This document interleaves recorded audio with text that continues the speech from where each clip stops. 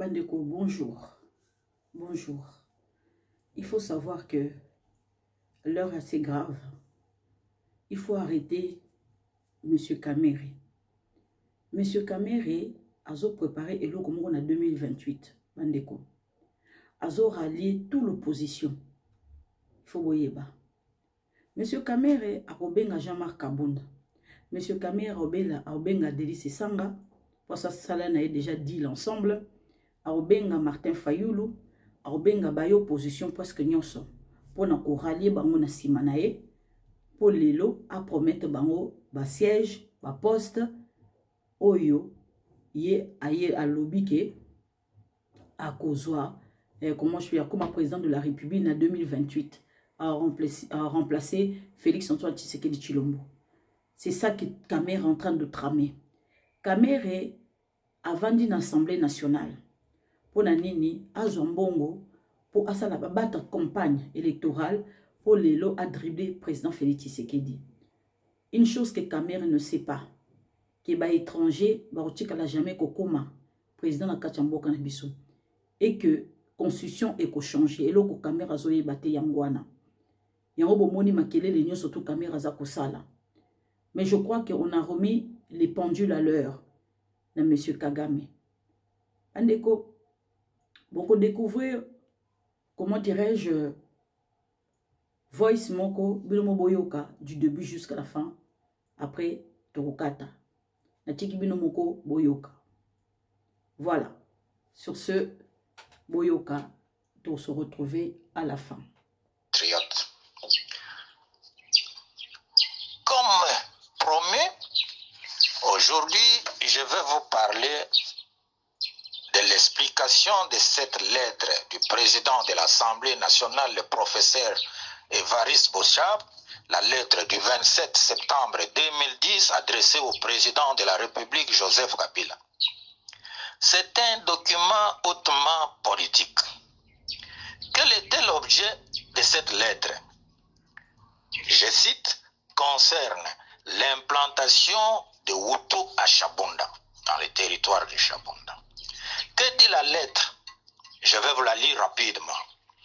Excellence, Monsieur le Président, j'ai l'honneur et la joie de vous informer que je viens d'accomplir la difficile mission que vous m'aviez confiée, mission relative à l'objet en concerne. En effet, j'ai eu des contacts fructifiés et de façon séparée avec les différentes notabilités du territoire de Chabunda. Donc, moi, Mimopipi Mukurumania Auguste, Kiamusoke Bamuso Langa Cyprien, Mukulongo Igobo Benjamin, Kiku Kama Augustin, Ngimbi Paul et Lobaga Hygiène. Toutes ces notabilités sont d'accord d'installer le Hutu en territoire de Chabunda et ont signé un pacte secret en échange du cadeau que notre partenaire, entre parenthèses Rwanda, leur a envoyé. Notre action a aussi reçu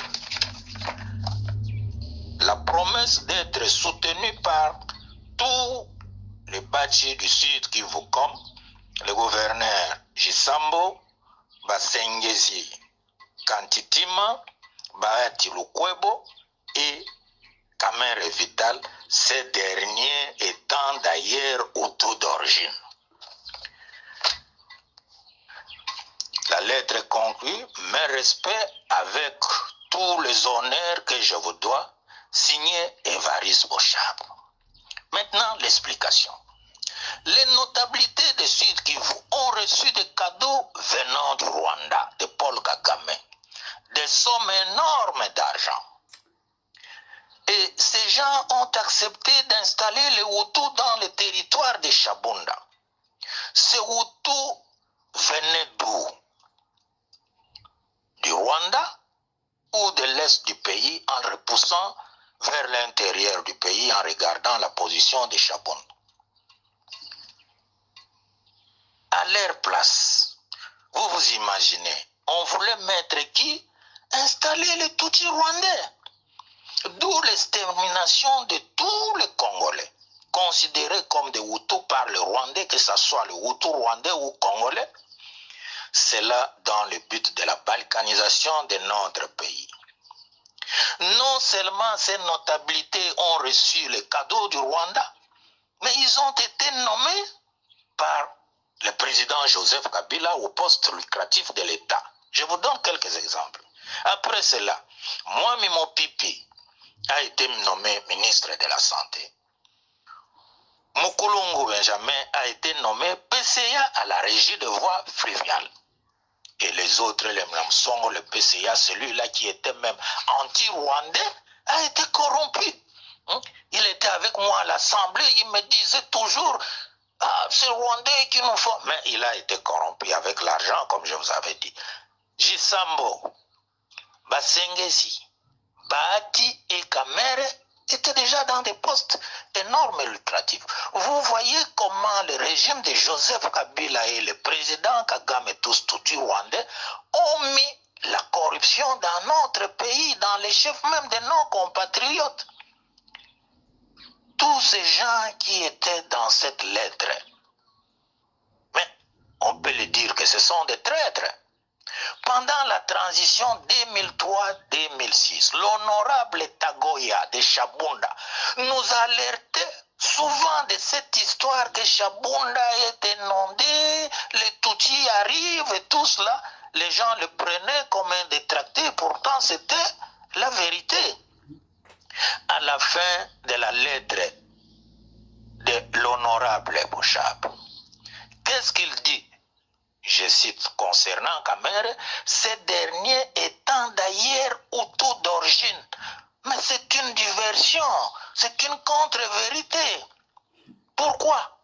Parce que tout le monde en commission politique, nous avions su que Kamere était un Tutsi rwandais. Ça a été dit par les Robert Roy et même les Tutsis. C'était quand? Tout j'ai noté. Tout a commencé le vendredi 5 avril 2002 par la motion de M. Tambwe Mwamba, qui était du MLC de Jean-Pierre Bemba. Tambwe Mwamba, dans sa motion, avait accusé M. Kamere de l'avoir traité de vouloir assassiner Joseph Kabila en collaboration avec M. Robert Roy du RCD Goma, comme la clique de Jonas Mukamba et les autres pour l'assassinat de Lumumba. Mwamba avait dit qu'il avait la cassette vidéo. Et après le débat en commission politique, nous avions dit, bon, on va attendre, on va voir, amenez-nous cette cassette-là, on verra si c'est réel ou faux. La cassette n'est jamais venue. À ce moment, la caméra avait rétorqué quoi? En disant qu'il avait parlé que des stratégies qu'on montait pour écarter Kabila du pouvoir. La suite de tout cela, les RDC, le rebelle, avaient attaqué farouchement Kamere en disant ceci que Kamere, votre maman c'est une Tutsi rwandaise, c'est Tambwe Mwamba qui vous avez payé les Minerval au campus. Pourquoi aujourd'hui vous êtes en train de nous insulter? C'est bien moi qui avais mis fin à ce débat-là, moi qui vous parle. J'avais demandé la parole au président de notre commission, son Excellence Moustapha Niasse, et j'avais dit ceci: nous sommes venus ici pour parler de problèmes politiques, mais pas vos problèmes familiales. C'est ce jour-là, je crois que la maman de Kamere était morte, ou était malade, parce qu'on nous avait parlé de ça, je crois, de la mort. Et au sortir de cela, qu'est-ce qui s'est passé? Au sortir de cela, quelques jours après, les RDC comme avec le Robert ont fait sortir leur bulletin d'information où ils ont relaté tout cela en expliquant ce que je vais vous dire. Votre maman est Tutsi, que vous aviez pris la nationalité congolaise par votre première femme qui était Mouchi, que c'est Tambwe Mwamba qui vous avait payé les Minerval au campus, les frais académiques au campus, et vous voulez dire quoi? C'était sorti. J'avais acheté ces bulletins d'information. Je l'ai gardé jusqu'ici en 2010-2011, lorsque j'étais à la primature et on luttait pour vous dire la vérité, pour écarter Kamere à l'Assemblée nationale parce qu'il voulait que Mouzito quitte l'Assemblée pour qu'il vienne prendre la place de Mozito. Nous avions tenu des réunions d'ailleurs à tout ça. Et j'avais pris cette revue-là en précipitation. Je suis parti donner au conseiller en communication de Mozito, sans même dire au Premier ministre parce que c'était rapide. Je lui avais dit, va publier cet article parce que ce monsieur-là nous embête. Pourquoi il fait toujours des choses comme ça, très boulimiques, pour venir encore, il est à l'Assemblée, il veut venir à primature. Le conseiller est parti, 2 jours après, je rentre, donne-moi mon journal. Oh non, je ne sais pas. J'ai dit, je rentre encore, donne-moi mon journal. Oh non. Et probablement, il avait hypothéqué à l'autre. Mais ce conseiller, le ministre, important actuellement dans le gouvernement, je pense que probablement il avait dit la vérité à son chef qui est le chef de l'État sur tout cela. Tout cela pour vous démontrer quoi? Pour vous démontrer que l'infiltration des Tutsis, cette guerre, a 2 objectifs principaux. La balkanisation de notre pays, en prenant les Tutsis pour venir les planter dans notre pays au nord et sud. D'ailleurs, vous avez vu le gouverneur qu'on a nommé à Goma. Qu'est-ce qu'il dit? Vous avez des audios. Il appelle ses frères Tutsis de venir s'implanter. Et Kagame lui-même, il y a 2 jours, il a fait aussi cela. Vous ne devez pas être... On vous éveille, sinon le pays va partir. Et en écartant les autres vers Chabunda, la balkanisation, 2e volet de cette guerre, c'est le pillage de nos richesses avec la complicité des Occidentaux. Et je vous avais parlé la fois passée quand notre Sukhoi est parti bombarder les rebelles de M23. Qu'est-ce que les Occidentaux ont fait? Ils ont envoyé la Pologne pour aller prendre des missiles sol-air pour essayer d'abattre notre Sukhoi et brouiller nos systèmes d'aviation au profit du Rwanda. Et quand vous attendez des sanctions des Européens, ne croyez pas à cela. Ils ont des armes pour venir bouter Kagame dehors. Donc ça, c'est un peu de la diversion. Alors, maintenant, je dis ceci. Regardez le compromis de cette lettre. Tout ce qu'on a cité dans cette lettre, qui sont dans l'Union nationale. Et vous comprenez pourquoi ils n'ont pas parlé. Je ne sais pas s'ils ont fui. La fois passée, j'ai dit qu'ils se terraient dans leur maison. Mais pour le moment, je pense qu'ils ont fui le pays. Parce que c'est inconcevable. C'est très difficile. Les Tutsis nous ont infiltrés comment? Il y a un schéma. L'AFDEL, avec Nzé Laurent Désiré Kabila. C'est à ce moment-là que j'avais compris que Joseph Kabila n'était pas le fils de Kabila. Non, ce qu'il m'avait dit m'avait gardé secret. L'AFDEL, on est passé de l'AFDEL à quoi? À RCD Goma. Infiltration toujours. De RCD Goma, on a voulu passer à quoi? Au CNDP. On a refusé. L'infiltration toujours. On est passé de CNDP à quoi? Au M23. C'est toujours la même chose. Kagame.